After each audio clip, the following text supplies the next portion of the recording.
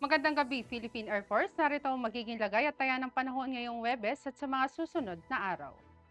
Sa kasalukuyan, naasahan natin ang patuloy na pag-iral ng Northeast Monsoon o hanging amihan, partikular na apektado pa rin ito ang Luzon, ganoon na rin ang Visayas. Samantalang ang minomonitor nating low pressure area na formerly ay si Bagyong Ada kaninang alas 3 ng hapon, huling namataan sa layong 1,000 kilometers silangang bahagi ng Hilagang Silangan ng Mindanao. Itong low pressure area na formerly si Bagyong Ada nananatiling walang direktang epekto sa anumang bahagi ng ating bansa at nananatili ding mababa ang posibilidad na mag-develop muli bilang isang bagyo. Samantalang ang isa pang low pressure area na ating minomonitor sa labas ng Philippine Area of Responsibility, kaninang alas 2 ng hapon ay huling namataan sa layong 2,040 kilometers silangang bahagi ng Hilagang Silangan ng Mindanao. Itong low pressure area sa labas ng Philippine Area of Responsibility nananatiling mababang posibilidad na mag-develop bilang isang bagyo within the next 24 hours. Para naman sa magiging lagay at taya ng panahon bukas, saasahan pa rin natin dulot nga ng Northeast Monsoon ang patuloy na maulap na kalangitan na may mahihinang pag-ulan, particular pa rin yan dito sa Cagayan Valley, maging sa Cordillera Administrative Region, ganoon na rin sa Apayao, sa Aurora, maging sa Quezon at Oriental Mindoro. Samantalang sa iba nalalabing bahagi ng Luzon, maging sa Visayas, aasahan naman natin ang bahagyang maulap hanggang sa maulap na kalangitan na may mga posibilidad pa rin na mahihinang pag-ulan, dulot pa rin yan ng Northeast Monsoon.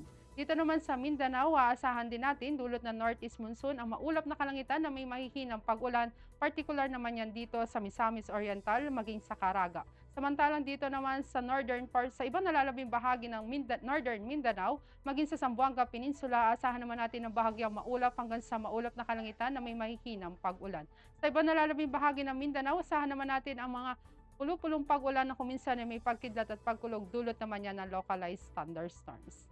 Para naman sa magiging lagay at taya ng panahon sa mga susunod na araw pagsapit ng Sabado hanggang Lunes, aasahan pa rin natin ang bahagyang maulap hanggang sa maulap na kalangitan na may mga mahihinang pag-ulan, particular yan dito sa Metro Manila, maging sa Cavite, ganoon na rin sa Lipa. Aasahan din dito sa Angeles, maging sa Puerto Princesa at sa Kalayaan Island.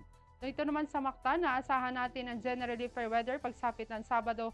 Ngunit pagsapit ng Linggo, asahan naman natin ang maulap na kalangitan na may kalat-kalat na pag-ulan, pagkidlat at pagkulog. Dito sa Zamboanga, asahan din natin ang patuloy na bahagyang maulap hanggang sa maulap na kalangitan na may mga posibilidad pa rin ng mga mahihinang pag-ulan sa mga susunod na araw.